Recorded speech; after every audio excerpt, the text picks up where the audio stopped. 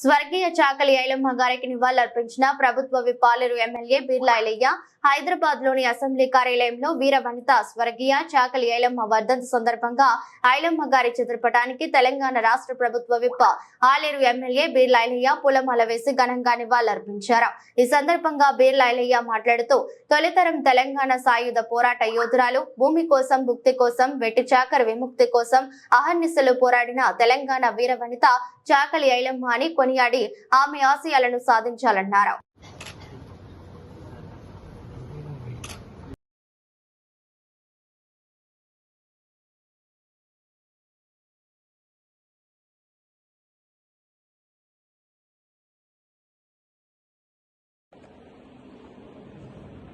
అందరూ నమస్కారం. తెలంగాణ వీరనారి చాకలి ఐలమ్మ గారి వర్ధంతి సందర్భంగా అసెంబ్లీ ప్రాంగణంలో గౌరవ స్పీకర్ గారి ఆధ్వర్యంలో గౌరవ స్టాఫ్ అందరూ కూడా ఆ వీరనారికి ఘనంగా నివాళులర్పించడానికి ఈ కార్యక్రమానికి ముఖ్య అతిథి ఇచ్చినటువంటి మాజీ మంత్రివర్యులు ఎమ్మెల్సీ బసవరాజు సారయ్య గారికి, అదేవిధంగా ప్రభుత్వ వైపు రామచంద్ర గారికి,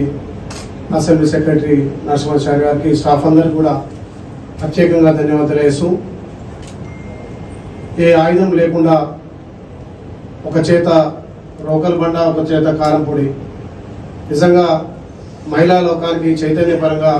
భూమి కోసం, భుక్తి కోసం, వెట్టి చాకరి విముక్తి కోసం ఆ రోజు పోరాటం చేసినటువంటి వీర వనిత జయంతి కానీ వర్ధంతి కానీ 2022 ప్రభుత్వం అధికారికంగా చేపట్టడం సంతోషం. గౌరవ ముఖ్యమంత్రి రేవంత్ రెడ్డి గారి నాయకత్వాన వచ్చే జయంతి కూడా పెద్ద ఎత్తున ఆమె స్ఫూర్తిని మహిళా లోకానికి ఒక స్ఫూర్తిగా పోరాట పటిమనిచ్చినటువంటి చాకలి ఐలమ్మ మన అందరం ఆదర్శంగా తీసుకొని భావి తరాలకు ఆమె చరిత్ర కూడా ఇంకా ఫుటల్లో లిఖించడమే కాదు, ఆచరణ కూడా సాధ్యమయ్యే విధంగా చేయాలని ఆమె వర్ధంతి సందర్భంగా ఘనంగా ఆమె నివాళులర్పించడానికి వచ్చినటువంటి మీ అందరికీ ధన్యవాదాలు తెలియజేస్తూ, ఈ ప్రభుత్వం గత స్వతంత్ర సమరయోధులు కానీ